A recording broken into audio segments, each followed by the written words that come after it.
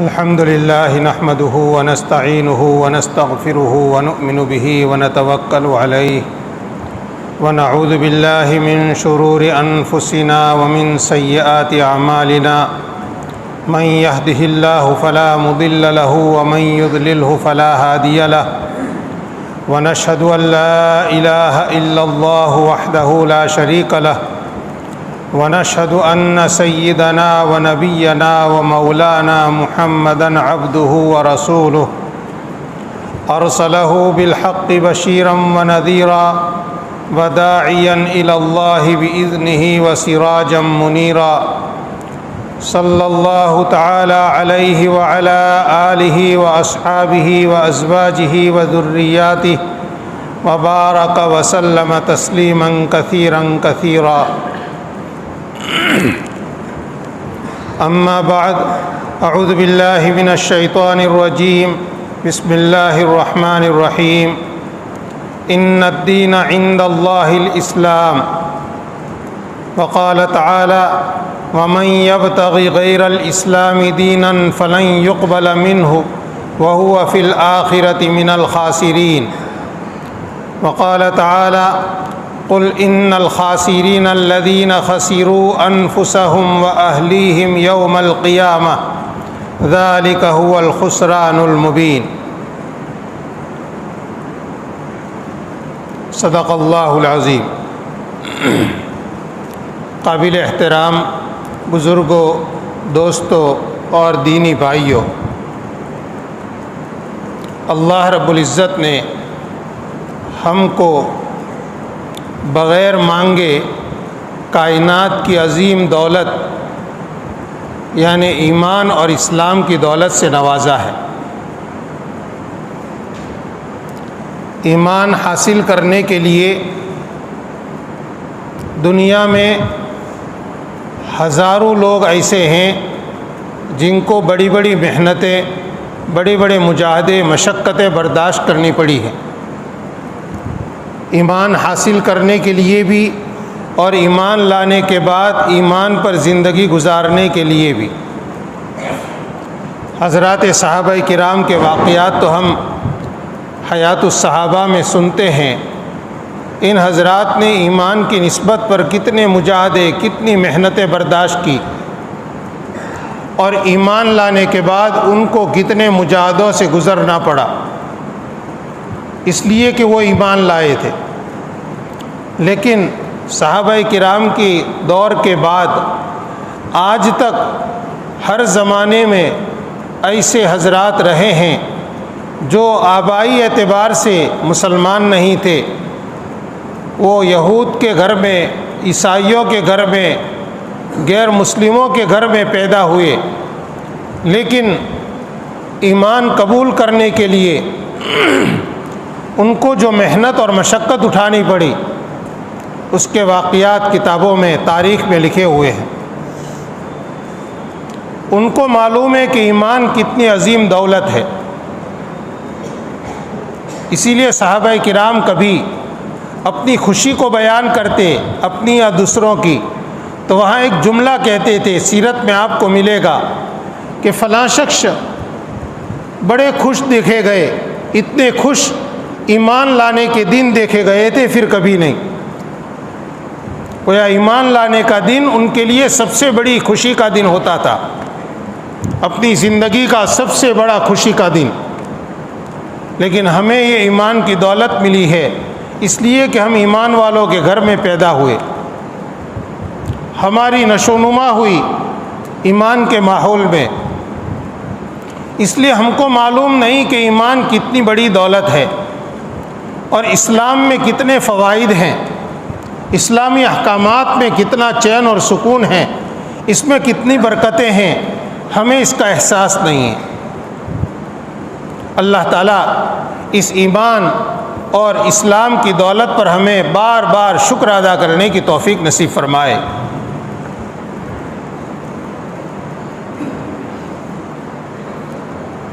ایمان یہ بلندیوں کا ذریعہ ہے، ایمان اور علم دین یہ دو چیزیں رفعتوں کا ذریعہ ہے۔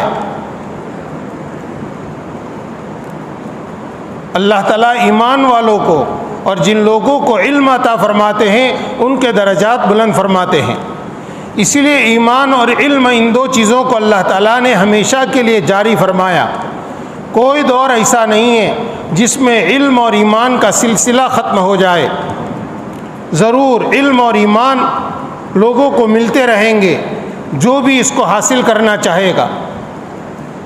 حضرت معاذ ابن جبل رضی اللہ تعالیٰ عنہ حضرت نبی کریم صلی اللہ علیہ وسلم کے بہت قیمتی صحابی ہیں۔ بہت ہی نوجوانی کی عمر میں اللہ تعالیٰ نے ان میں اتنی صلاحیت عطا فرمائی تھی کہ نبی کریم صلی اللہ علیہ وسلم نے ان کو یمن کا حاکم بنا کر اپنی زندگی میں روانہ فرمایا تھا۔ یمن کے ایک علاقے کے وہ حاکم اور والی رہے۔ آپ نے خود ان کو رخصت فرمایا تھا۔ نبی کریم صلی اللہ علیہ وسلم کی وفات تک وہ وہیں رہے۔ اس کے بعد ان کو حضرت عمر ابن خطاب رضی اللہ تعالیٰ عنہ نے شام کے علاقے کا والی بنایا۔ شام کے علاقے میں تھے اور وہیں پر امواس کا طاعون پھیلا۔ حضرت عمر ابن خطاب رضی اللہ تعالیٰ عنہ کے زمانے میں طاعون امواس مشہور ہے۔ ہزاروں مسلمان اس میں انتقال کر گئے۔ آدمی کو بخار آتا تھا، گانٹھ نکلتی تھی اور پھر اس کا انتقال ہو جاتا تھا۔ حضرت معاذ ابن جبل رضی اللہ تعالیٰ عنہ کو بھی بخار لگ گیا۔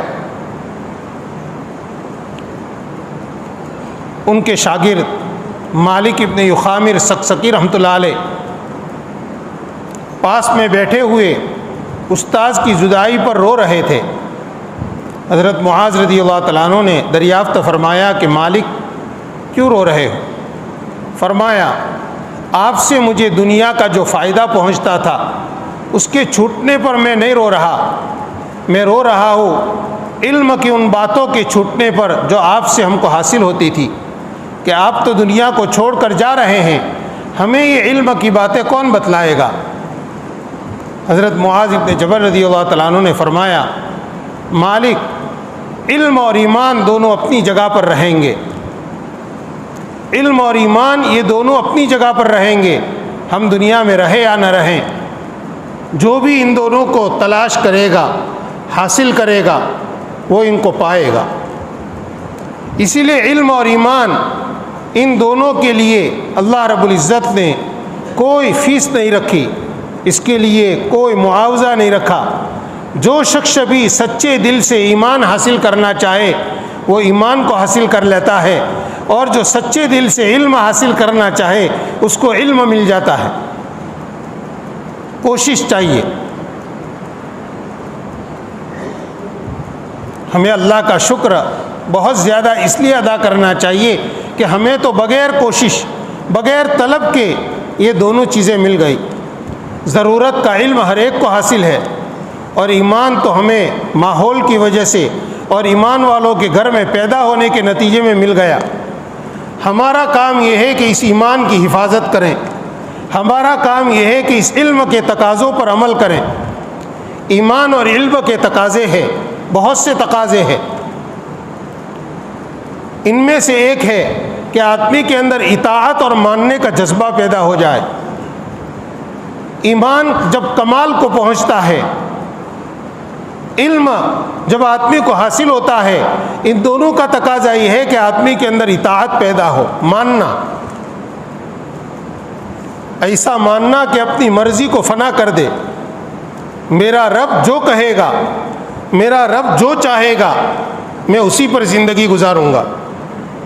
میرے اپنے زندگی گزارنے میں، میرے اپنے خوشی غمی میں میری اپنی مرضی کا کوئی دخل نہیں ہے، اس لیے کہ میں ایمان والا ہوں۔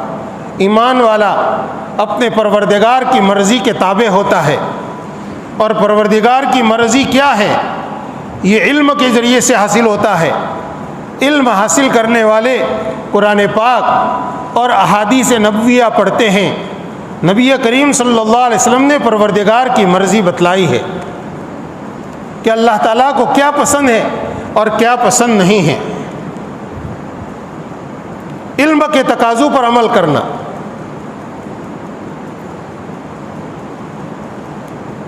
کہتے ہیں اطاعت اتنی ہو جتنی اونٹ میں ہوتی ہے. الجمل المختوم، وہ اونٹ جس کے ناک میں رسی ڈال دی گئی، اس کو جو جہاں چاہے لے جا سکتا ہے. اس اونٹ کے اوپر کتنے من بوجھ لاد دو وہ کبھی اعتراض نہیں کرتا. وہ سمجھتا ہے کہ میری ذمہ داری ہے، اور بوجھ اٹھانا، مالک کی بات کو ماننا، یہ میرا کام ہے. بس ایمان والے میں اس کے اوپر حضرت نبی کریم صلی اللہ علیہ وسلم کی طرف سے جو کچھ اس کو حکم دیا گیا، اس کو جس چیز کا پابند بنایا گیا، اس کے اوپر چلنا، یہ ایمان کا تقاضا ہے. ہماری اپنی مرضی کا اس میں دخل نہیں ہے. آدمی کے اوپر دو حالات ایسے ہیں زندگی میں کہ ان میں اپنے آپ کو سنبھالنا بہت زیادہ ضروری ہوتا ہے. ایک غمی کا حال ہے، جب آدمی کو غم اور صدمہ پہنچتا ہے. گھر میں کسی کا انتقال ہو گیا، جن کی جدائی آدمی کو بہت شاق، بہت دشوار معلوم ہوتی ہے، تو آدمی صدمے کے اندر نہ کرنے کے کام کر گزرتا ہے. اس کی طبیعت میں ایک ہیجان پیدا ہوتا ہے غم کا. یہ غم کبھی بڑھ کر اللہ تعالیٰ کے فیصلے پر اعتراض تک لے جاتا ہے. آدمی غم کے اندر مغلوب ہو کر یہ کہتا ہے کہ اللہ تعالیٰ نے ہمارے عزیز کو کیوں چھین لیا، نعوذ باللہ. ایسے بات بولتا ہے جس کا مطلب یہ ہوتا ہے، اس کے دل میں یہ آتا ہے کہ آدمی اچانک کیوں چلا گیا. اب یہ اظہار غم کے لیے جہالت کے اندر بہت سے طریقے تھے، آج بھی دنیا کی قوموں میں پائے جاتے ہیں. کوئی تو اپنا سر منڈاتا تھا، کوئی اظہار غم کے لیے سیاہ لباس پہن لیتا تھا، کوئی اظہار غم کے لیے اپنے رخساروں کے اوپر تماچے مارتا تھا روتے ہوئے، کوئی اپنا سینہ کٹتا تھا، ماتم کرنا کہتے ہیں. غم کو ظاہر کرنے کے لیے کبھی کپڑے گریبان پھاڑتے تھے، اپنا سر دیوار سے ٹکراتے تھے. کبھی تو اظہار غم میں آدمی خود اپنے آپ کو موت کے حوالے کر دیتا تھا کہ اتنی بڑی مصیبت، اس مصیبت کے نتیجے میں ہم بھی موت کو اپنے سینے سے لگاتے ہیں. کسی زمانے میں ہمارے ہندوستان میں جب شوہر کا انتقال ہوتا تو اس کی بیوی کو ایک جشن کے طور پر ستی کرایا جاتا تھا، یعنی شوہر کی چیتا جلائی جاتی تھی، اس میں اس کی بیوی کو بھی ڈال دیا جاتا تھا. ایسا ماحول بنایا جاتا تھا کہ وہ عورت خود ہی تیار ہو جاتی تھی. یعنی گویا اس عورت نے غم کے صدمے میں اپنے آپ کو بھی موت کے حوالے کر دیا. رونے میں چلانا، مرنے والے کے بڑے بڑے القاب بیان کرنا، حضرت نبی کریم صلی اللہ علیہ وسلم نے ان سب چیزوں کے اوپر روک لگا دی.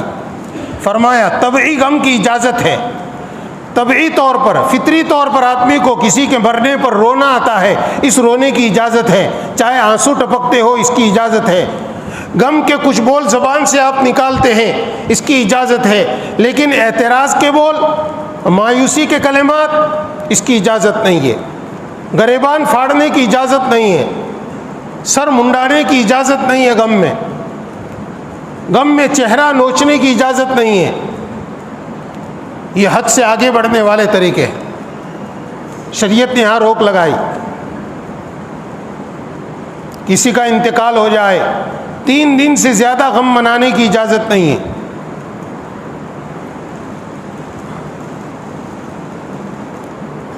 شریعت نے یہاں روک لگائی، اس لیے کہ زمانہ جاہلیت میں عربوں میں مرنے والے پر کبھی تو کئی دن تک مستقل رونے کا سلسلہ جاری رہتا تھا. آدمی مرتے وقت وصیت کرتا تھا میرے اوپر خوب رونا. رونے والے رو رو کر تھک جاتے تھے. ظاہر بات طبعی رونا تو کچھ دن آئے گا، کچھ وقت تک آئے گا، اس لیے تکلف کے ساتھ، بناوٹ کے ساتھ رونے کے لیے کرائے سے عورتیں لائی جاتی تھیں، وہ روتی تھی، ان کو اجرت دی جاتی تھی. شریعت نے ان تمام کے اوپر روک لگا دی کہ غم ایک غیر اختیاری چیز ہے، لیکن اظہار غم میں تم اپنے مرضی کے طریقوں کو داخل کرو گے، اس کی اجازت ہرگز نہیں ہے۔ بہت سخت وعید بیان کی گئی۔ نوحہ کرنا اس کو کہتے ہیں عربی میں، نوحہ، نوح کو حرام قرار دیا، فرمایا من عمل الجاہلیہ، یہ جاہلیت کے کاموں میں سے۔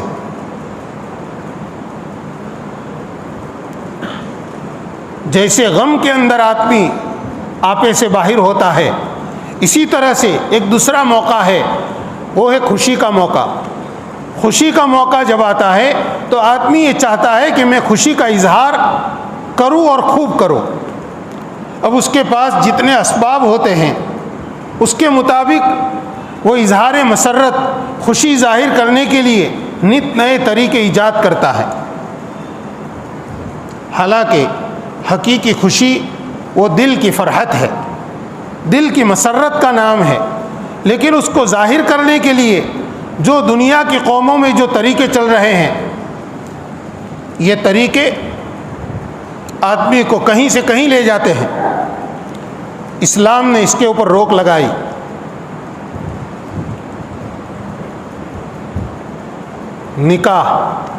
نکاح کے لیے پیام دینا، رشتہ کرنا، پھر نکاح کے بعد رخصتی کے بعد ولیمہ، پھر بچے کی پیدائش، یہ خوشی کے موقع ہیں۔ یہاں کہہ دیا گیا، اس کے طریقے حضرت نبی کریم صلی اللہ علیہ وسلم نے خود کر کے بتلائے کہ نکاح کا جب موقع آئے تو اس وقت کیا کرنا، کتنا کرنا۔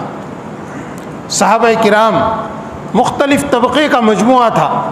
صحابہ کرام میں مالدار صحابہ بھی تھے، غربا بھی تھے، فقراء بھی تھے۔ ہر ایک نے نکاح کیے، اپنے بچوں کے کیے۔ ان کے نکاح کے جو طریقے ہیں وہ طریقے امت کے لیے قیامت تک کے لیے نمونہ بنائے گئے،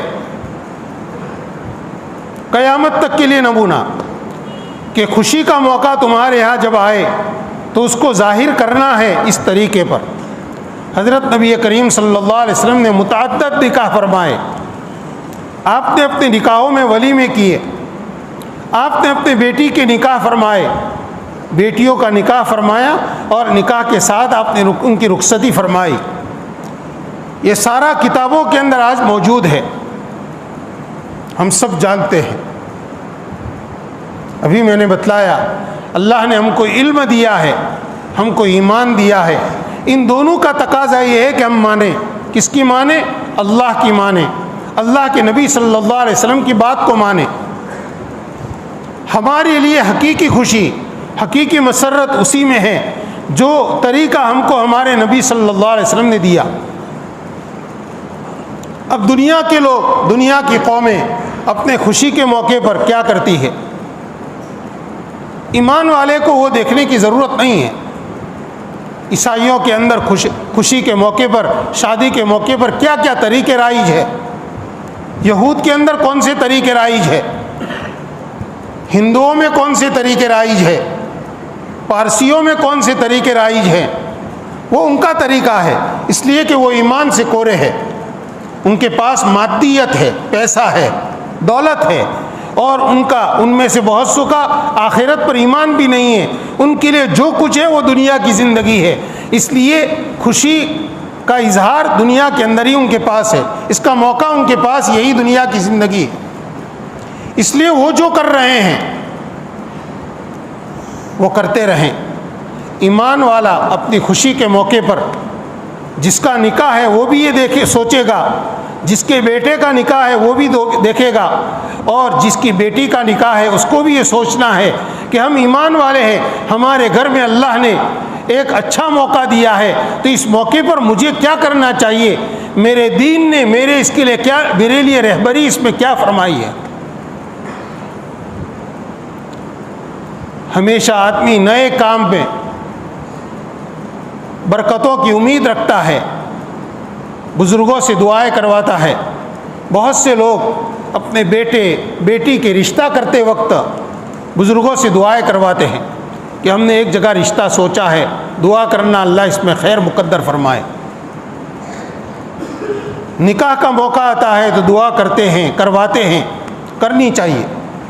یہ زندگی کا اہم دن ہوتا ہے، لڑکے کے لیے، لڑکی کے لیے، دونوں کے خاندان کے لیے۔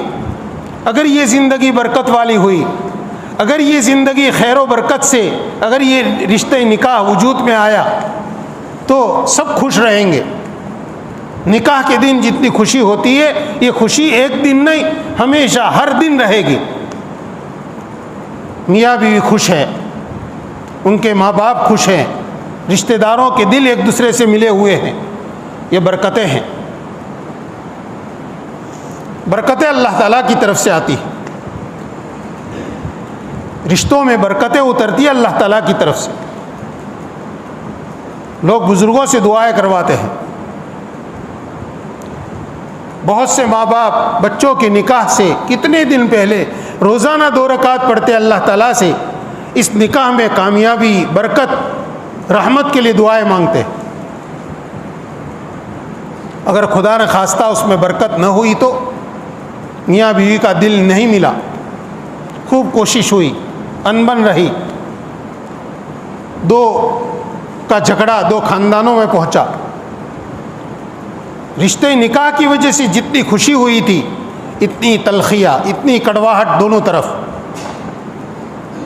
ایک دوسرے کے یہاں جا نہیں رہے ہیں، بول نہیں رہے ہیں۔ کیا ہوا؟ اس نکاح میں برکت نہیں رہی۔ حاضرین میں سے کسی سے بھی سوال کیا جائے کہ آپ کا نکاح ہو یا آپ کے گھر میں کسی کا نکاح ہو، کیا آپ یہ چاہیں گے کہ اس کے اندر برکت آئے یا نہیں چاہیں گے؟ ہر ایک کا جواب ہوگا کہ ہاں چاہیں گے۔ برکت تو ہر ایک کو چاہیے، نکاح کے اندر کامیابی ہر ایک کو چاہیے۔ نکاح میں کامیابی اور برکت کا ذریعہ کیا ہے؟ وہ جو ہم نے سوچ لیا، یا وہ جو ساری کائنات میں اللہ کے سب سے مقرب اور محبوب اور ساری انسانیت کے رہبر حضرت محمد صلی اللہ علیہ وسلم نے برکت کا جو طریقہ بتلایا، ہمارے نبی صلی اللہ علیہ وسلم نے بتلایا، بے شک وہی برکت کا ذریعہ ہے۔ آپ کا ارشاد ہے نکاح کے خطبے میں، کبھی ہم یہ حدیث سنتے ہیں، ان اعظم النکاح برکتاً ایسرہ مؤنتاً، تمام نکاحوں میں سب سے زیادہ برکت والا نکاح وہ ہے جس میں سب سے کم خرچ کیا جائے۔ تمام نکاحوں میں سب سے زیادہ برکت والا نکاح وہ ہے جس میں سب سے کم خرچ کیا جائے۔ اب بتائیے، ہم نے برکت کے دروازے کون سے طے کیے؟ زیادہ سے زیادہ خرچ کرنے کا، زیادہ سے زیادہ خرچ کیا جائے شادی کے کپڑوں پر، بیٹی کے پیٹی بھرنے کے اندر، اس کو زیورات دینے کے اندر، یا رخصتی کرنے کے طریقوں کے اندر زیادہ سے زیادہ خرچ کیا جائے۔ ولیمے کی دعوت کے اندر ہم یہ سمجھتے ہیں کہ ہمارے پاس پیسہ ہے، گھر میں پہلا اوسر ہے، تو کیوں زیادہ خرچ نہ کریں، کیوں بڑی دعوت نہ کریں؟ چاہے آپ کر لیں بڑی دعوت، لیکن حضرت نبی کریم صلی اللہ علیہ وسلم کا یہ ارشاد جو میں نے سنایا، پھر سے میں اس کا ترجمہ کرتا ہوں کہ تمام نکاحوں میں سب سے زیادہ برکت والا نکاح وہ ہے جو سب سے زیادہ کم خرچ والا ہو۔ نکاح کا خرچ تو یہی ہے، شادی کے کپڑے اور اس کے ساتھ بچی کی رخصتی کا سامان اور ولیمہ، یہی چیزیں ہیں۔ اس میں جتنا کم خرچ کیا گیا اس میں برکت اتنی زیادہ۔ اب ہمیں فیصلہ کرنا ہے کہ ہمیں برکت کیسے لینی ہے، ہمیں فیصلہ کرنا ہے۔ سنت طریقہ حضرت نبی کریم صلی اللہ علیہ وسلم، بلکہ تمام انبیاء جو طریقہ لے کر آئے، اس میں سادگی ہے۔ یہی سادگی ہمارے بزرگوں کے اندر تھی۔ ہمارے بڑے بوڑھوں میں نکاح کے اندر آج سے 80-100 سال پہلے تو ایک نہیں کتنے رواج تھے۔ اس کا اگر کسی بوڑھے کے پاس بیٹھ کر اگر لسٹ بنائیں تو بہت لمبی فہرست بنے گی۔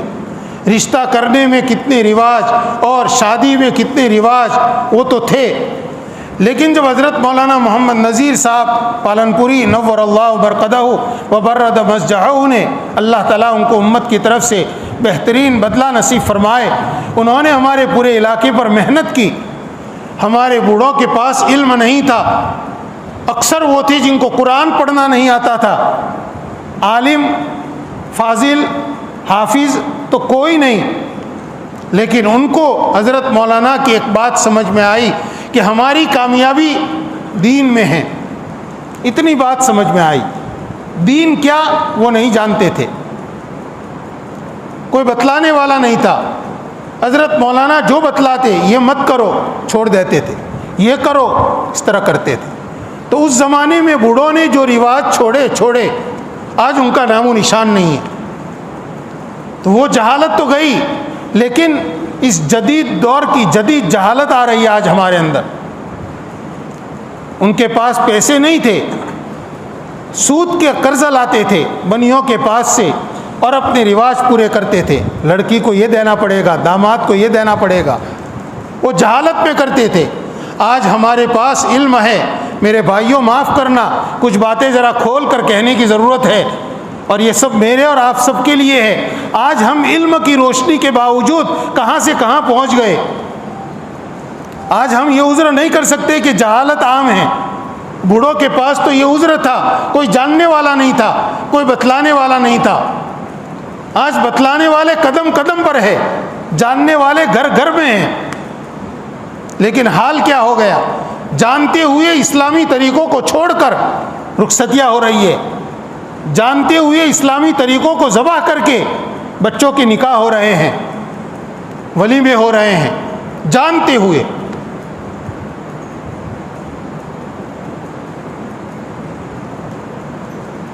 ہمارے بوڑھوں نے صرف اتنا جانا کہ دین میں کامیابی ہے، دین میں دینی طریقوں کے اندر برکت ہے، بس اس پر لبیک کہا۔ سارے رسومات مٹ گئے اور ہم نئے رسومات لا رہے ہیں، خرید کر لا رہے ہیں۔ ذرا سوچو، ہمارا بہت بڑا طبقہ جوانوں کا ہے، جن ساتھیوں کا نکاح ہو گیا اور جن کا ہونے والا ہے اس سال میں اور آئندہ ہوگا، سب کے سب تہیا کرو میرے بھائیوں، اللہ کے گھر میں بیٹھے ہیں، تہیا کرو، ارادہ کرو کہ ہم اپنے نکاح کو ایک عبادت سمجھ کر کریں گے۔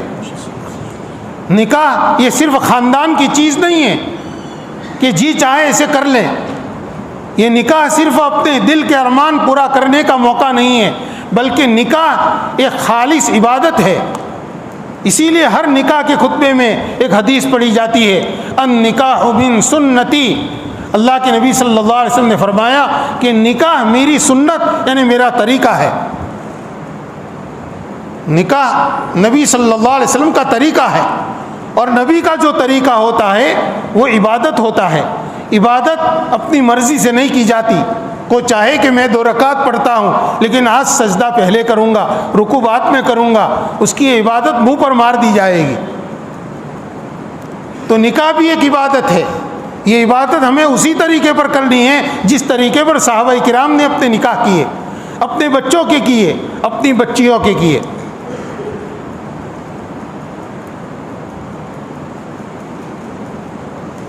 جوان حضرات، جوان لڑکے، ارادہ کرو، عزم کرو کہ ہم اپنے نکاح کے اندر، نکاح کے دن اور نکاح سے پہلے اور نکاح کے بعد ایک ایسی چیز نہیں آنے دیں گے جو شریعت کے مزاج کے خلاف ہو۔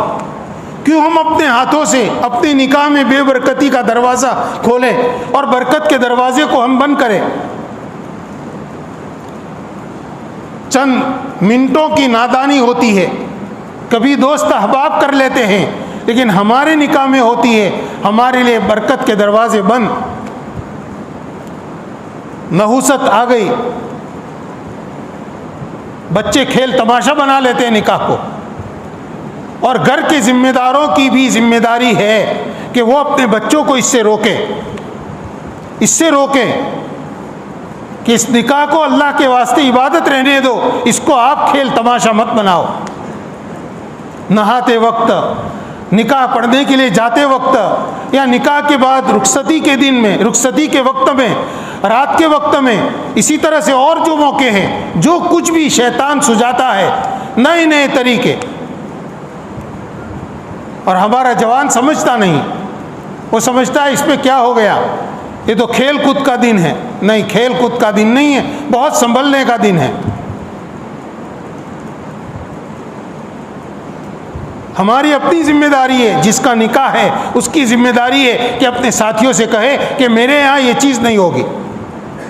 ساتھیوں کی ذمہ داری ہے کہ دوسروں کو روکے کہ بھائی نکاح میں ہمیں یہ نہیں کرنا، نکاح کی نسبت پر کوئی چیز ایسی نہیں ہونی چاہیے۔ مہر نکاح کا عوض ہے، اس کو سنجیدگی سے ادا کرنا ہے۔ اس میں خرافات آ گئے، نئے نئے طریقوں سے دینا، ایسے طریقے جو کسی نے سنے نہیں، سوچے نہیں۔ میرے بھائیوں، اس میں ہمارے لیے کامیابی نہیں ہے۔ چاہے ہم وقتی طور پر خوش ہو جائیں، ہنسی مذاق کا یہ ایک موقع ہمارے لیے کھڑا ہو جائے، لیکن اس میں برکت نہیں ہے، نہیں ہے۔ اسلامی طریقے چاہے کوئی بھی ہو، تجارت میں ہو تو وہاں برکت ہوگی۔ اسلامی طریقہ کسی تاجر نے اختیار کیا، چاہے وہ غیر مسلم ہے، اس کو برکتیں ضرور ملے گی۔ مولانا علی میاں ندوی رحمۃ اللہ علیہ نے لکھا ہے، یہود اور نصارہ نے اسلام کے تجارت میں اسلامی جو طریقے تھے، اصول تھے، ان کو اپنا لیے۔ سچائی، وعدہ وفائی، ناپ تول میں پورا ناپنا، پورا تولنا، صحیح چیز دینا، ان کو انہوں نے اپنایا۔ ان کی تجارتیں چل پڑی، ان کی تجارتیں چل پڑی۔ مسلمان اپنائے گا تو اس کو بھی اس کا فائدہ ہوگا۔ شادی بیاہ کے طریقوں میں بھی اگر غیر مسلم بھی اگر سادگی کو اپنائیں گے، ان کو اس سے بھی فائدہ ہوگا۔ اور آج دوسری قومیں بیدار ہو رہی ہے۔ افسوس یہ کہ حضرت محمد صلی اللہ علیہ وسلم کی غلامی کا دعویٰ کرنے والا حضور کا امتی وہ خرافات کی طرف جا رہا ہے، اور دوسری قومیں سادگی کی طرف آ رہی ہے۔ دیکھو، اخبار پڑھو، ہمارے گجرات کی میں بات کر رہا ہوں، ہمارے اطراف میں جو الگ الگ قومیں ہیں ہندوؤں کی، ان کے سماج مل کر طے کر رہے ہیں کہ ہم اپنے شادیوں میں، اپنے لگن میں سادگی لائیں گے۔ یہ رواج ختم، یہ رواج ختم، وہ رواج ختم کرنے بیٹھے ہیں، اس میں سادگی لا رہے ہیں۔ اور ہم ایمان والے دنیا کی قوموں کو سادگی کا، نکاح کی سادگی کا سبق اور نمونہ پیش کرنے کے ذمہ دار ہم ہیں۔ ہم دوسرے نمونے پیش کر رہے ہیں۔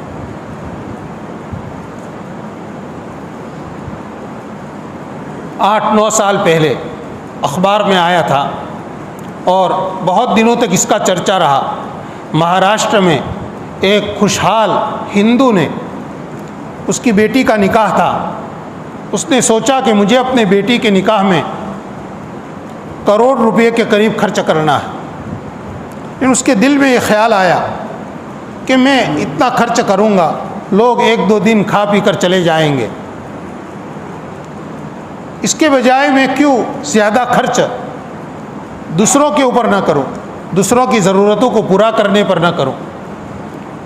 اس نے اپنے خاندان والوں کو جمع کیا، ان کے سامنے یہ بات رکھی کہ میری بیٹی کا نکاح ہے، میں چاہتا ہوں کہ اس میں خوب خرچ کروں، لیکن میرے دل میں یہ خیال بھی آ رہا ہے کہ بیٹی کے نکاح میں بقدر ضرورت خرچ کروں، اور باقی پیسہ میں ایسے غربا جن کے پاس رہنے کے لیے مکان نہیں ہے، ان کے لیے میں سیدھا سادہ مکان بنا کر ان کو مالک بنا دوں۔ سب لوگوں نے اس کی ہمت افزائی کی، اس کو شاباشی دی، بہت اچھا خیال ہے، ہم آپ کے ساتھ ہیں۔ اس نے 60 یا 70 مکان بنائے، 60 مکان بنائے، اور ایسے لوگ جن کے پاس رہنے کے اپنے مکان نہیں تھے، کرایوں کے مکان میں رہتے تھے، ان کو اس مکان کی چابی ہر ایک کو دے دی، اور اپنی بیٹی کا نکاح کیا۔ پھر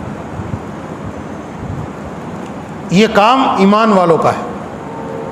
ایمان والا ہمیشہ یہ سوچتا ہے کہ میرے پاس جو مال ہے، جو پیسہ ہے، چاہے میری محنت سے میں نے کمایا ہے، میرے اپنے دندے سے حاصل ہوا ہے، لیکن یہ خدا کی امانت ہے۔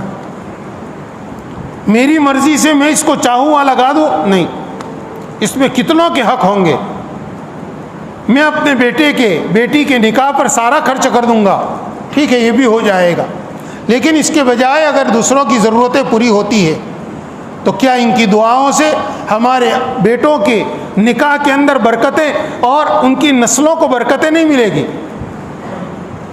کتنوں کی دل کی دعائیں ملے گی۔ مولانا عبد الماجد دریابادی رحمۃ اللہ علیہ، انہوں نے ایک واقعہ لکھا ہے۔ حیدرآباد میں ایک ڈاکٹر صاحب تھے، انہوں نے اپنی بیٹی کا نکاح کرنے کے لیے سوچا کہ مجھے اپنی بیٹی کا نکاح کرنا ہے، لیکن اس کے ساتھ میں 7 ایسی لڑکیوں کا بھی ان کی رخصتی کا انتظام اپنے خرچ سے کر لو جن کے ماں باپ کے پاس اپنی بیٹیوں کے نکاح کرنے کے لیے سامان نہیں، پیسہ نہیں۔ ڈاکٹر صاحب نے جس رات کو اپنے گھر سے اپنی بیٹی کو رخصت کیا، اپنے خرچ سے 7 ایسی لڑکیوں کو انہوں نے رخصت کیا اپنے گھر سے، سارا خرچ خود برداشت کیا۔ تو زائد پیسہ ایمان والے کا دوسروں کی ضرورتوں میں لگنا چاہیے، اس سے دوسروں کی دعائیں بھی ہم کو ملے گی، اور اس کے ساتھ ساتھ میرے بھائیوں ہمارے نکاح میں جو برکت کا ذریعہ ہے کم خرچ وہ باقی رہے گا۔ ان اعظم النکاح برکتاً ایسرہ معونۃ۔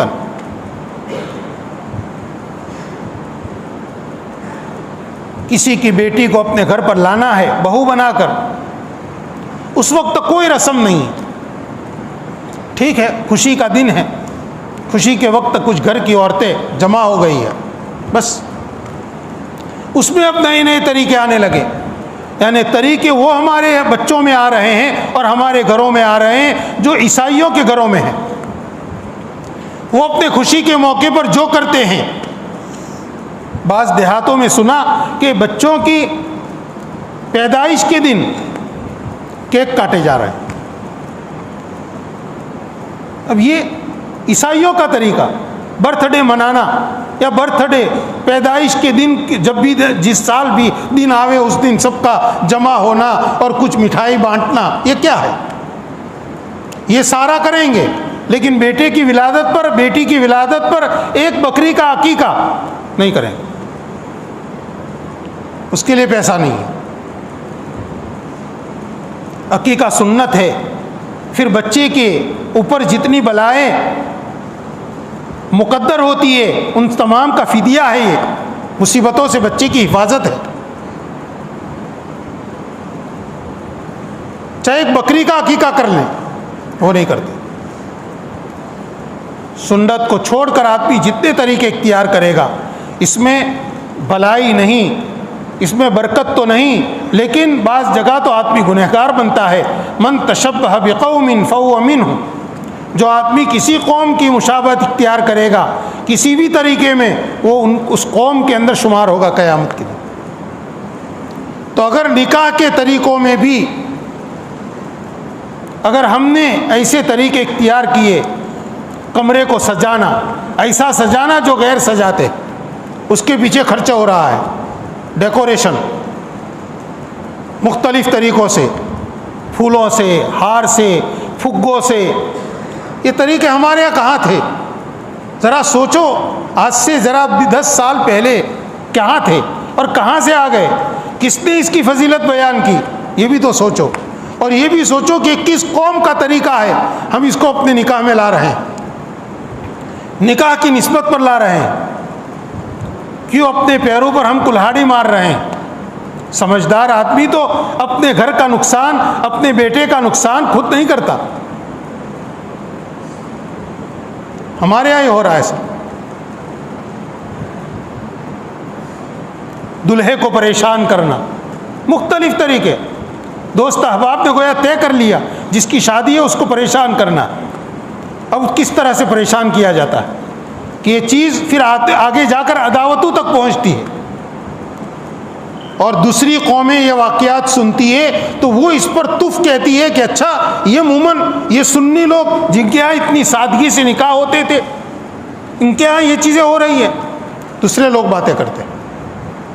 اس لیے میرے بھائیوں، بڑوں کی چھوٹوں کی سب کی ذمہ داری ہے، چھوٹوں کی بھی ذمہ داری ہے کہ وہ خود سنبھلیں، بڑوں کی ذمہ داری ہے کہ اپنے بچوں کو سمجھائیں، گھروں میں بھی اس کے تذکرے ہونے چاہیے، گھروں میں اپنی بیٹیوں کا بھی، ماں بہنوں کا بھی ذہن بنانا چاہیے کہ دیکھو نکاح ایک پاکیزہ رشتہ ہے، ہمیں اس کو ایک عبادت کے طور پر کرنا ہے۔ کتنے لوگ ہیں وہ اپنے بیٹے بیٹی کے نکاح سے پہلے ان کو بٹھا کر تنہائی میں کہتے ہیں کہ دیکھیے یہ نکاح ہے، میں میری ذمہ داری ادا کر رہا ہوں، آپ کو اپنی ذمہ داری ادا کرنی ہے، آپ کو یہ ذمہ داریاں ادا کرنی ہیں، آپ کو سنتوں کا لحاظ کرنا ہے۔ سنتیں کیا ہیں؟ کتاب میں پڑھ لو یا علماء سے سمجھ لو کہ آپ کو کن کن سنتوں پر عمل کرنا ہے، میرے لیے کتنی چیزیں ضروری ہے، میں جان کر اس پر عمل کروں گا، یہ کہنا چاہیے۔ یہ نہیں کہ بیٹے کو پیسے دے دیے، لو آج تمہارا نکاح ہے، اتنے 1000 روپے لے لو، خوش رہو، پیسے خرچ کر دینا۔ کیسے خرچ کرنے؟ کچھ نہیں کہا۔ نصیحت، ماں باپ کی نصیحت بیٹے کے لیے تو قیمتی دولت ہے، یہ نصیحت ہم کو کرنی چاہیے۔ اور جب نکاح کے اندر ہم نے غیر اسلامی طریقے داخل کر دیے، کہیں بھی ظاہر میں چپکے سے کیے، تو اس کی بے برکتی تو آ گئی، اور بے برکتی ظاہر ہوگی پھر بعد میں۔ ازدواجی زندگی میں جو خوشحالی ہونی چاہیے وہ نہیں ہوگی۔ پھر اب پریشان ہے سب، کیا ہوا؟ وہی پہلے دن برکت کا دروازہ بند کر دیا تھا، اب رونے سے کیا فائدہ؟ اللہ تعالیٰ سے ہمیں جو کوتاہیاں ہوئی یا ہو رہی ہے اس پر توبہ کرنی چاہیے، معافی مانگنی چاہیے، اور خالص اسلامی طریقے میں ہمارے لیے ایک صحیح خوشی ہے، ہمارے لیے عزت ہے، ہمارے لیے خیر اور برکت ہے۔ اس یقین کے ساتھ ہم کو چلنا چاہیے۔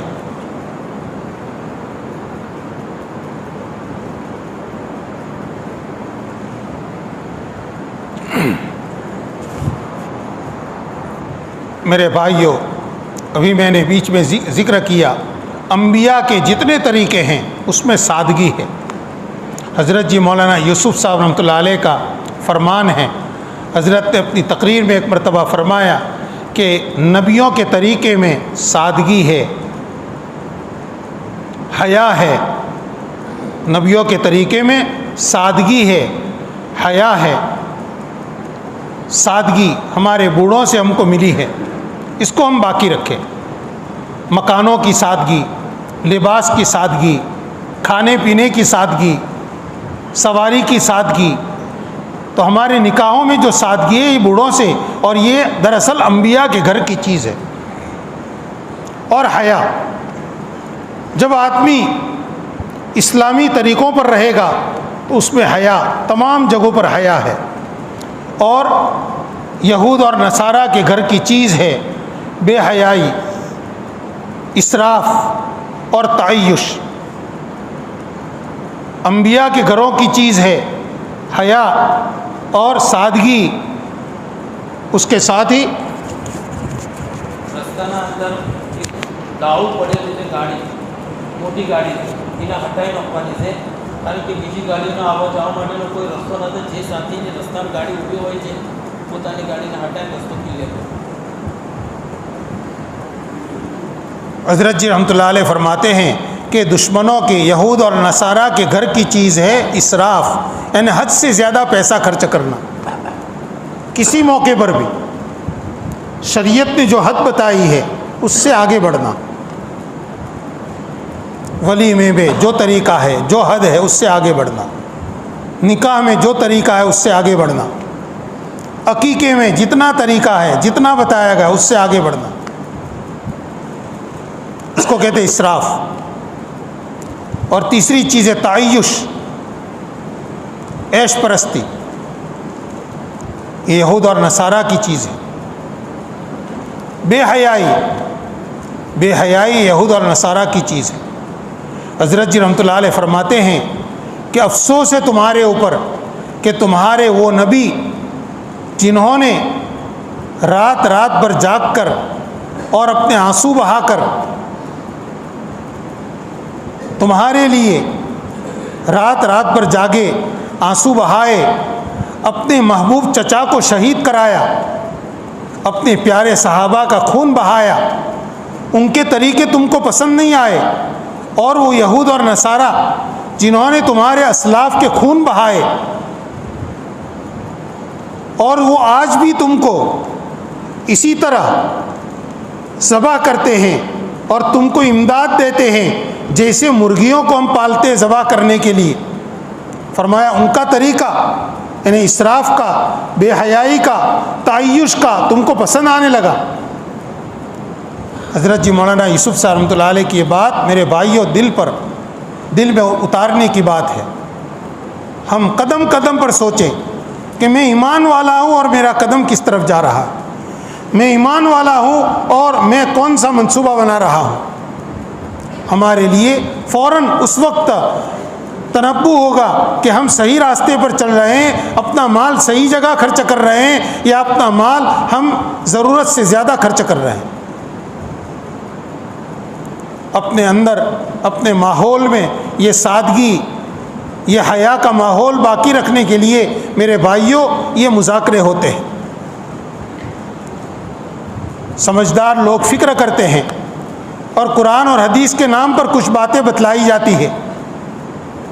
یہ فضائل اعمال کی تعلیم جو روزانہ ہوتی ہے، فضائل اعمال میں قرآن پاک کی آیتیں ہیں، اس کی تفسیر حضرت نے لکھی ہے اور کچھ حدیثیں حضرت نے لکھی ہے. حدیثیں اللہ کے نبی صلی اللہ علیہ وسلم کا فرمان ہے، صحابہ کے واقعات ہیں، اور یہ ہماری زندگی میں کچھ باتوں کی یعنی رغبت پیدا ہو اور کچھ چیزوں کی اہمیت پیدا ہو، اس کے لیے روزانہ 10 منٹ کی تعلیم ہوتی.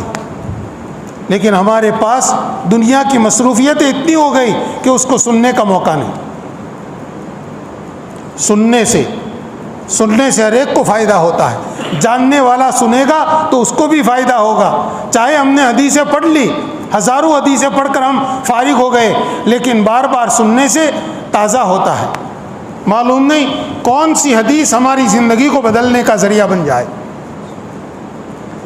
یہ جو مذاکرے ہوتے ہیں، یہ جو دینی مجلسیں ہوتی ہے، چاہے دعوت کے کام ہو، چاہے اصلاح معاشرہ کے نام سے مجلسیں ہو یا اور کوئی بیانات ہو، یہ صرف اس لیے ہوتا ہے تاکہ ہمارے اندر دین کی تازگی آتی رہے. لیکن اب علماء بہت ہو گئے، دین کی باتیں ہم بہت سنتے رہے تو ہم یہ سمجھتے ہیں کہ یہ تو ہمیشہ سنتے رہتے. حالانکہ دنیا کے مشغلوں سے نکل کر تھوڑی دیر کے لیے مسجد میں بیٹھنا، تھوڑی دیر کے لیے بیٹھنا دنیا سے یکسو ہو کر، یہ ہمارے لیے سراسر ہمارے ایمان کے فائدے کے لیے ہے. اس سے ایمان تازہ ہوتا ہے، ایمان تازہ ہوتا ہے. حضرت مولانا ابراہیم صاحب دیولہ دامت برکاتہم ہم سب جانتے ہیں، بڑے زبردست صاحب علم ہیں. ان کا علم ٹھوس ہے. پوری دنیا کے علماء مشائخ ان کے علم کے قائل ہیں. زندگی آپ کی دعوت میں گزری ہے. کچھ علماء ملاقات کے لیے گئے، رمضان کا موقع تھا. حضرت نے فرمایا کہ بھائی رمضان کا موقع ہے، کہیں جانا آنا ہوتا نہیں. ان کے ایک ساتھی تھے خادم، فرمایا یہ کتاب فضائل اعمال پڑھتے ہیں اور میں سنتا ہوں، فضائل اعمال پڑھتے ہیں میں سنتا ہوں. اب انہوں نے تو زندگی پر دعوت میں ہی، مرکز میں ہی ان کی زندگی گزری، ابھی چند سال سے گھر پر ہے. فضائل اعمال پڑھتے ہیں میں سنتا ہوں، اور حضرت مطالعہ بھی اسی کا کر رہے ہیں. اس لیے کہ فضیلت کی حدیثیں جب پڑھی جاتی ہے تو اس سے حضور پاک صلی اللہ علیہ وسلم کے فرمان سننے سے دل میں اس عمل کا شوق اور رغبت پیدا ہوتی ہے. یہ رغبت بار بار پیدا ہونا ضروری ہے. ہم اس کو زائد نہ سمجھیں اور یہ نہ سمجھیں کہ اس کو تو ہمیشہ سنتے رہیں، ہمیشہ سائے سنتے رہیں، لیکن ہمارے لیے فائدے سے خالی نہیں. میرے بھائیوں، ہمارے علاقے میں جو محنت ہوئی، سیدھی سادی محنت، اس محنت کے نتیجے میں آج یہ بہار ہے. یہ جو دینی چہل پہل نظر آ رہی ہے، مدارس، ادارے، مکاتب، جماعتوں کی چہل پہل، یہ سارا حضرت مولانا محمد نذیر صاحب رحمۃ اللہ علیہ نے ایک محنت فرمائی، اور اسی کے بعد چند سالوں میں دعوت کی ایک محنت شروع ہوئی. ہمارے بڑے بوڑھے جانتے نہیں تھے، اور لیکن بس وہ بستر لے کر نکلتے تھے، نکلے، چلتے رہے. ایسے بوڑھے نکلے اور بیرون جماعت میں نکلے کہ جن کو الف با نہیں آتا تھا. مولانا محمد عمر صاحب رحمۃ اللہ علیہ کے پاس انہوں نے تختی پڑھنا شروع کیا. بیرون کی جماعت میں گئے اور الف با پڑھ رہے ہیں. کتنے بوڑھے ایسے ہیں جماعت میں گئے اور انہوں نے کچھ قرآن پاک کی صورتیں سیکھی. اس طرح سے انہوں نے کچھ قرآن پڑھا تھا، لیکن ان کے دلوں میں اپنی اولاد کو دین کا علم پڑھانے کا شوق پیدا ہوا. جو بھی جماعت میں گئے وہ یہ شوق لے کر آئے کہ ہمیں اپنے بچوں کو عالم بنانا ہے، حافظ بنانا ہے.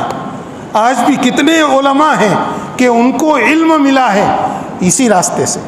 ان کے ماں باپ کے دل میں یہاں سے علم کی فضیلت، علماء کی فضیلت سنی تو انہوں نے طے کیا کہ ہمیں اپنے بچوں کو عالم بنانا ہے. ماشاءاللہ بن گئے. اس لیے میرے بھائیوں، عوام میں محنت کا ایک سیدھا سادہ طریقہ ہے، دعوت کی محنت. صحیح طریقے پر ہم محنت کریں اور اس میں اپنے سے جتنا ہو سکے اپنے آپ کو لگائیں. ہمارے اپنے فائدے کے لیے، دوسروں کو پہنچانے کے لیے نہیں، اپنی حفاظت کے لیے ضروری ہے کہ ہم اپنے آپ کو اس میں لگائیں، پروئیں. ایک ہے دعوت میں اپنے آپ کو لگانا اور ایک ہے اپنے اندر دعوت کو اتارنا. یہ پہلی چیز، دعوت میں اپنے آپ کو اس لیے لگائیں تاکہ دعوت ہمارے اندر اترے، ایمانی صفات ہمارے اندر پیدا ہو، اسلامی صفات ہمارے اندر پیدا ہو، اسلامی اخلاق. چند دنوں کے لیے گھر بار چھوڑ کر جو باہر نکلتے ہیں اور مسجد کے اندر 24 گھنٹے گزرتے ہیں، اس سے مقصود یہ ہے کہ آدمی کا مزاج اور اس کی فکر صحیح ہو جائے. یہ 2.5 گھنٹے کی تعلیم یہ سب ویسے ہی نہیں ہے. ہاں، عوام تک دین کی بات پہنچانے کا جو ایک عمومی ذریعہ ہے اور آسان طریقہ وہ تو یہ ہے. اس میں ہم اپنے آپ کو جتنا لگائیں گے ہمارا اپنا فائدہ ہے. اس کو ہم چند لوگوں کا کام نہ سمجھیں. اصلاح معاشرہ یہ چند لوگوں کا کام نہیں ہے، ہر آدمی اپنے گھر کا ذمہ دار ہے. کلکم راعٍ وکلکم مسئول عن رعیتہ. تم میں سے ہر ایک ذمہ دار ہے، تم میں سے ہر ایک سے اپنے ماتحتوں کے بارے میں سوال ہوگا. یہ تو اچھا ہے کہ گاؤں کے چند ساتھی بیٹھتے ہیں اور وہ کچھ فکر کرتے ہیں عمومی محنت کے لیے، لیکن یہ ذمہ داری تو ہر بالغ آدمی کی ہے کہ میرے گھر میں کوئی خرابی نہ آ جائے، یا خرابی آ گئی ہے، کوئی سستی آ گئی ہے تو اس کو دور کرنے کا راستہ کیا. اگر یہ فکر ہم نہیں کریں گے تو چاروں طرف جب ماحول غلط ہو جائے گا ہمارے لیے دین پر عمل کرنا مشکل ہو جائے گا. ماحول، دینی ماحول باقی رہنا ضروری ہے. بے نمازیوں کے ماحول میں نمازی آدمی کا نماز پڑھنا مشکل، اور نمازیوں کے ماحول میں بے نمازی کے لیے نماز کے بغیر رہنا مشکل. اس کو جی چاہے گا کہ میں نماز پڑھ لوں. جب آندھی چلتی ہے نا، ہمارے ہاں گرمی میں آندھی چلتی ہے، بہت زیادہ گردہ اڑتا ہے، کھڑکیاں بند کر دیتے ہیں، پھر بھی گھر میں کہیں سے تو گردہ آ جاتا ہے. برتنوں پر، فرش پر باریک مٹی آ جاتی ہے. تو جب ماحول خراب ہوتا ہے تو چاہے ہمارا گھر بچا ہوا ہے لیکن بچوں میں تو وہ طریقے آ جائیں گے، غلط طریقے. اس لیے ماحول کو باقی رکھنا، ماحول کو اچھا بنانا اور اچھا باقی رکھنا یہ ہم سب کی مشترکہ ذمہ داری ہے. صرف علماء کی بھی نہیں، عوام کی بھی ذمہ داری ہے. اللہ نے اگر ہم کو گھر میں بڑا بنایا ہے تو ہماری ذمہ داری ہے. خاندان میں ہم کو بڑا بنایا ہے تو ہمارے اوپر خاندان کی ذمہ داری ہے. گاؤں میں اللہ نے ہم کو بڑا بنایا ہے تو ہمارے اوپر گاؤں کی ذمہ داری ہے. اللہ نے ہم کو علم دیا ہے تو علماء ہونے کے ناطے، وارثین انبیاء ہونے کے ناطے ہماری ذمہ داری اور بڑھ جاتی ہے. عوام کرے یا نہ کرے ہمیں تو اس کی فکر کرنی پڑے گی. قیامت کے دن ہم سے علم کے بارے میں سوال ہوگا کہ تم نے علم کو جانا تھا، اس کے کتنے تقاضے پورے کیے، اس کے اوپر کیا عمل کیا، تم نے یہ علم کتنوں تک پہنچایا. یہ نبوت کی ذمہ داری ہے.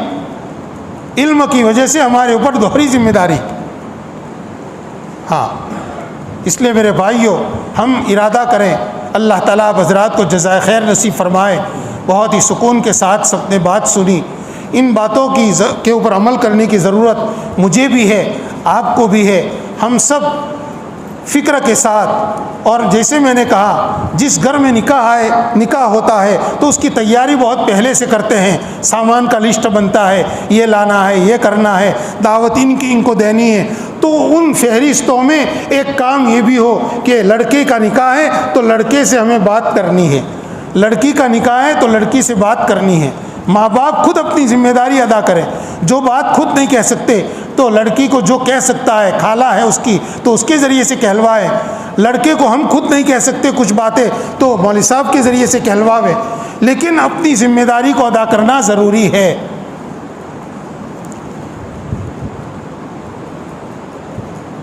حضرت مولانا سید ابو الحسن علی میاں ندوی رحمۃ اللہ علیہ کی والدہ خیر النساء صاحبہ بہت بڑی اللہ کی ولیہ تھی اور بہت بڑی عالمہ تھی. ان کے ہاتھوں کتنے عورتوں کی تربیت ہوئی اور ان عورتوں کے پیٹ سے کتنے بڑے بڑے علماء تیار ہوئے. انہوں نے ایک چھوٹا سا رسالہ لکھا ہے اردو میں، مسلمان بچیوں کو حسن معاشرت سکھلانے والی کتاب، اردو میں. ہونا یہ چاہیے کہ جس بچی کا نکاح ہو اس کو نکاح سے پہلے اس کتاب میں جو سلیقے، جو طریقے بتلائے ہیں، کیسے رہنا چاہیے، رہن سہن کے طریقے، سسرال میں جا کر کیسے رہنا چاہیے، یہ سلیقے اس میں سکھائے ہیں. بہت قیمتی بات ہے، اس کا مذاکرہ کرنا چاہیے. آج تو اردو پڑھنے والے ہر جگہ پر ہیں. اسی طرح میرے بھائیوں، بہت سے لوگوں نے اور بھی کتابیں ہیں، کتابیں ہدیے میں تو دیتے ہیں لیکن ہدیے میں دے دینا کافی نہیں ہے. اصل ہے ذہن سازی، ذہن بنانا، اس کے اوپر آمادہ کرنا، اتنی ترغیب دینا. اور ماں باپ جب اہمیت کے ساتھ ایک بات کہتے ہیں تو بچہ یا بچی اپنے دل میں اس پر گانٹھ مار دیتا ہے کہ نہیں مجھے اس پر عمل کرنا ہے. یہ مجھے نکاح کے دن میرے باپ نے نصیحت کی تھی، کبھی بیٹا اس کی نافرمانی نہیں کرے گا. ایک بات جو باقی رہ گئی وہ یہ کہ نکاح جب ہوتا ہے تو اس کے خوشی میں رخصتی ہو گئی، رخصتی کے بعد ولیمہ ہے. ہر آدمی اپنی حیثیت کے مطابق کرے. ایسا نہیں بہت بڑی دعوت نہیں کر سکتے تو بالکل نہ کریں، نہیں، سیدھی سادی دعوت کر کے بھی سنت ادا کرنی چاہیے. اور جو لوگ بہت سادہ ولیمہ کریں، 10-15 آدمیوں کی دعوت کریں، ان کی ہمت افزائی کرنی چاہیے کہ آپ نے اچھا کیا، سنت ادا کر دی، بہت اچھا ہو. 5-10 کی دعوت کی، گھر کے افراد کی، لیکن ولیمے کے نام سے کی، بس کافی. یہ سنت ادا ہونی چاہیے. لیکن ایک رسم جو دوسری قوموں میں ہے، ہمارے یہاں نہیں، لیکن دبے پاؤں سے اب آنے لگی ہے، وہ ہے لڑکی کے گھر پر دعوت کرنا، لڑکی کے گھر پر کھانا پکانا. شادی کے دن لڑکی کے گھر کھانا پکے، یہ دوسری قوموں میں ہے. اب ہمارے یہاں آہستہ آہستہ شروع ہو گیا. شادی کے دن نہیں تو دوسرے دن، تیسرے دن، اور اس کا عنوان بڑا عجیب ہے، داماد کی دعوت. تو داماد تو ایک ہے لیکن اس کے نام پر پورے خاندان کو جمع کر دیتے ہیں. وہ جیسے ولیمہ ہوتا ہے اسے لڑکی کے گھر پر لڑکی کے سارے رشتہ دار، چچا بھی، ماموں بھی، اور اسی طرح لڑکے کے یعنی داماد کے سارے رشتہ دار، اب کئی لوگوں کا کھانا پکتا ہے. ذرا علماء کرام سے معلوم کریں کہ داماد کی دعوت میں اتنا بڑا جم غفیر جمع کرنا کیا یہ مسنون طریقہ ہے یا نہیں ہے، یا یہ ضرورت سے زائد ہے؟ پھر یہ دوسری قوموں کے اندر تھا، ہمارے ہاں بہت اہتمام سے اب بڑھ رہا ہے. بھائی چیزیں جتنی ہم لائیں گے اتنی آئے گی، اور جتنی بڑھائیں گے اتنی بڑھے گی. ظاہر بات ہے داماد کی دعوت سے کون انکار کرتا ہے؟ پہلے ہوتی تھی، داماد کو بلا لیا، اس کے ایک دوست کو بلا لیا، ہو گئی دعوت. لیکن اس کی نسبت پر سب کو دعوت کرنا، ذرا سوچئے، مفتیان کرام سے معلوم کریں کہ ہمارا یہ قدم درست ہے یا نہیں. اور چیز بڑھتے بڑھتے کہاں پہنچے گی؟ پھر وہیں پہنچے گی جہاں دوسری قومیں ہیں، ان کے یہاں نکاح مشکل ہو گئے، ان کے یہاں منگنی کرنا مشکل ہو گیا. ایک منگنی میں کتنے ہزار روپے خرچ کرنے پڑتے، کہ شروع میں ایک آدمی اپنی مرضی سے کرتا ہے، پھر وہی چیز رواج بنتا ہے، اور رواج کبھی اتنا لازم سمجھا جاتا ہے کہ اس سے بچنا کسی کے لیے مشکل یعنی آسان نہیں ہوتا. بھٹکل گئے ہم، بہت سے علماء کرام تھے وہاں. مولانا ایوب صاحب بڑے ذمہ دار عالم ہیں، ان سے بیٹھ کر مذاکرہ ہو رہا تھا. شادی بیاہ کی باتیں چل رہی تھی، تو ہمارے علاقے کے بعض علماء نے اپنے یہاں کتنی سادگی سے نکاح ہوتا ہے بتلایا. مولانا کو بڑا تعجب ہوا. انہوں نے کل کہا فرمایا کہ کل صبح کو ہمارے پروگرام میں جتنے علماء ہیں ان کو بھی اور میں دوسرے بھی علماء کو جمع کرتا ہوں، ان کے سامنے آپ اپنے یہاں نکاح کے کیا طریقے ہیں وہ بتاؤ. لیکن مولانا نے بڑے افسوس کے ساتھ فرمایا کہ ہمارے یہاں اتنا اچھا ماحول ہے، وہاں بھٹکل میں بڑے کئی خوبیاں ہیں، ان کی معاشرت کی کئی چیزیں ہیں، بڑی قابل تعریف چیزیں. فرمایا لیکن یہ سب کچھ ہے، لیکن ہمارے ایک رسم ہے، وہ ہے نکاح کے دن لڑکی کے گھر پر بڑی دعوت کرنی پڑتی. اور فرمایا اتنی لازم ہے کہ میری اپنی بیٹی کا نکاح ہوگا مجھے بھی کرنا پڑے گا. ہمارے علاقے کے علماء نے بتلایا کہ مولانا ہمارے یہاں تو اس طرح ہوتا ہے کہ دو بھائی پاس میں رہتے ہیں، بھائی کے یہاں لڑکی کا نکاح ہے، تو نکاح کے دن ان بھائی کے گھر پر روزانہ جتنا کھانا پکتا ہے اتنا ہی پکتا ہے، اور اس کے بھائی کے یہاں اپنا کھانا پکتا ہے. دونوں مل کر جمع ہو کر بھی کچھ نیا نہیں بناتے، کچھ بنے گا ہی نہیں. کو تعجب ہو رہا تھا. میرے بھائیو یہ سادگی ہم باقی رکھیں، اسی میں ہمارے لیے نفع ہے، ہمارے لیے فائدہ ہے. اللہ تعالیٰ ہمارے بڑے بوڑھوں کو جنہوں نے سادگی کے طریقوں کو اپنایا اور رواجوں کو چھوڑا، ان کو اللہ تعالیٰ جزائے خیر نصیب فرمائے، اور اللہ تعالیٰ ہم کو بھی سنت پر شریعت پر جمنے کی توفیق نصیب فرمائے. وآخر دعوانا الحمد للہ رب العالمین. بسم اللہ الرحمن الرحیم. یا رب لک الحمد کلہ ولک الشکر کلہ وبیدک الخیر کلہ والیک یرجع الامر کلہ. اللہم لا نحصی ثناء علیک انت کما اثنیت علی نفسک. اللہم صلی علی محمد وعلی آل محمد کما صلیت علی ابراہیم وعلی آل ابراہیم انک حمید مجید. اللہم بارک علی محمد وعلی آل محمد کما بارکت علی ابراہیم وعلی آل ابراہیم انک حمید مجید.